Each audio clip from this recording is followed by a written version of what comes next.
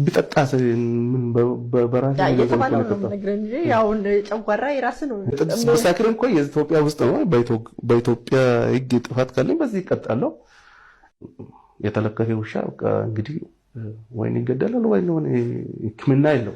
አትሌት ፈይሳ ሌሊሳ ስለደረሰበት አደጋ ለመጀመሪያ ጊዜ ምላሽ ሰጠ። የሰጠው ምላሽ ምንድነው? አትሌት ፈይሳ የት ነው ያለው? ስለተፈጠረው ጉዳይ ባጣራነው መሰረት እስካሁን ባለው የደረስንበትን መረጃ እንደሚከተለው ዘርዘር አድርጌ የማቀርብላችሁ ይሆናል። ሰላም እንደምን ቆያችሁልን? በአገር ውስጥም በውጭም ያላችሁ ውድ ቤተሰቦቻችን ይህ ውስጥ አዋቂ ቻናላችን ነው።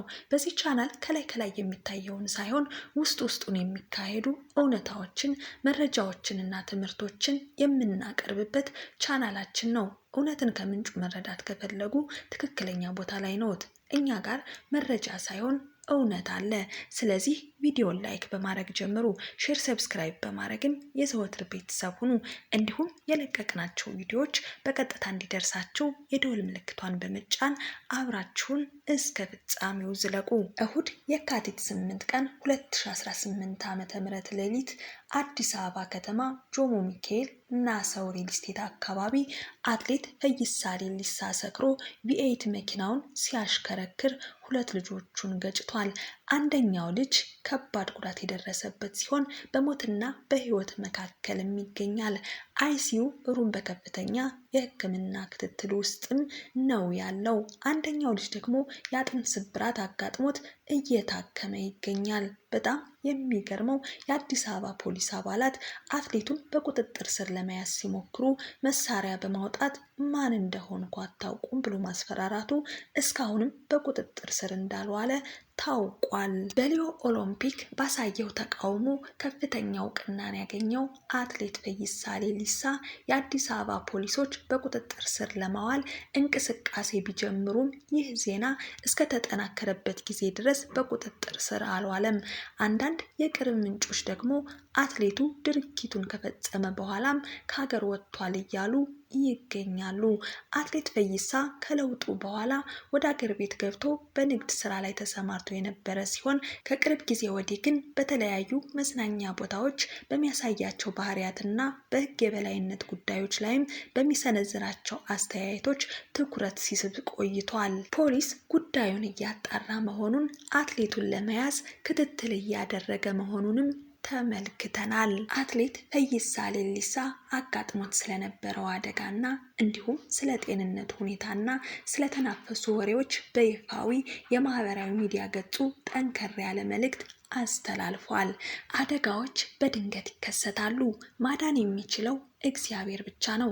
ጉዳት የደረሰብን ሰዎች ሕክምና አግኝተን በአሁኑ ሰዓት በጥሩ ሁኔታ ላይ እንገኛለን ያለ ሲሆን አትሌቱ የአደጋውን መንስኤ ሳያውቁ ወሬ በሚነፉ አካላት ላይ ያለውን ቅሬታ ሲገልጽ ጥፋቱ የማን እንደሆነ ሳታውቁ የሰፈር ወሬ እየነፋችሁ የነበራችሁ የዩቲዩብ ጡረተኞች እራሳችሁን አንድ ቀን አደጋ ውስጥ እንደምትገቡ አትጠራጠሩ ብሏል። ወንድ ልጅ በዚህ ደረጃ ወሬኛ ሲሆን በጣም ያሳፍራል። ደግነታችሁ ወሬ ከመንፋት ሌላ ምንም አታመጡም በማለት በማህበራዊ ሚዲያ ያልተረጋገጠ መረጃ ለሚያሰራጩ አካላት ትችቱን ሰንዝሯል። አትሌት ፈይሳ ሌሊሳ እሱም ጉዳት የደረሰባቸው ሌሎች ሰዎችም አሁን በጥሩ ጤንነት ላይ እንደሚገኙ ገልጿል። ተስፋዬ ኃይሉ በፌስቡክ ገጹ እንደተናገረው ፈይሳ ሌሊሳ ገመቹ በግል አያውቀኝም፣ አላውቀውም። ነገር ግን በዚህ ደረጃ በብሪት ማበጡ ያሳዝነኛል። ሕግንና ሰውን መናቅ የሚያምንበትን የሚጠራውን ፈጣሪ ማስቀየም እንደሆነ እንዴት እንደማይረዳ ማሰብ ይከብዳል። ጠጥቶም ሆነ ሳይጠጣ አደጋ ማድረስ እሱም እንዳለው በሱ አልተጀመረም። በአገሪቱ ሕግ መሰረት ደግሞ ተጎጂዎችን ማሳከም ወይም መካስ እንጂ ስለገደለ ይገደል አይባልም። ታዲያ አንድ የወንድሙ ነው አደጋ ያደረሰው፣ ሌላ ጊዜ ደግሞ ጥፋተኛ ተጎጂዎች ናቸው ምንም አታመጡም ማለትን ለምን ማለት እንደፈለገ ሊገባኝ አልቻለም።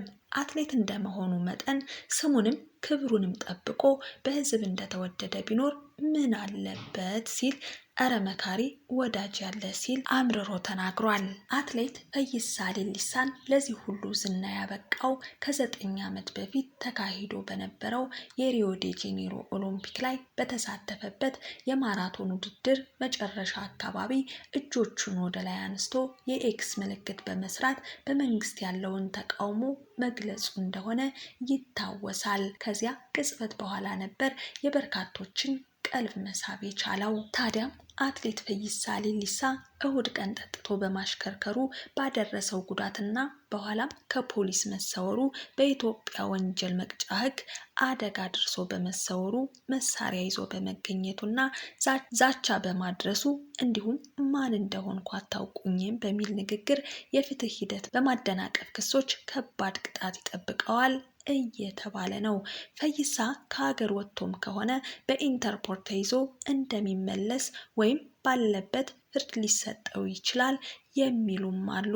ታዲያም በዚህም የአትሌቱ ቤተሰቦች እስካሁን የሰጡት ምንም ምላሽ የለም። ውድ ቤተሰቦቻችን ለዛሬ ስለ ፈይሳ ሌሊሳ የነበረን መረጃ ይህንን ይመስል ነበር። ስለ አትሌቱ የሚወጡ አዳዲስ መረጃዎችን እየተከታተልን በትኩሱ ወደ እናንተ የምናደርስ ይሆናል። ታዲያም ቪዲዮን ላይክ፣ ሼር፣ ሰብስክራይብ በማድረግ ለሁል ጊዜ ተወዳጁን ስል ላሳስባችሁ እወዳለሁ። ለዛሬ እዚህ ጋር አበቃው።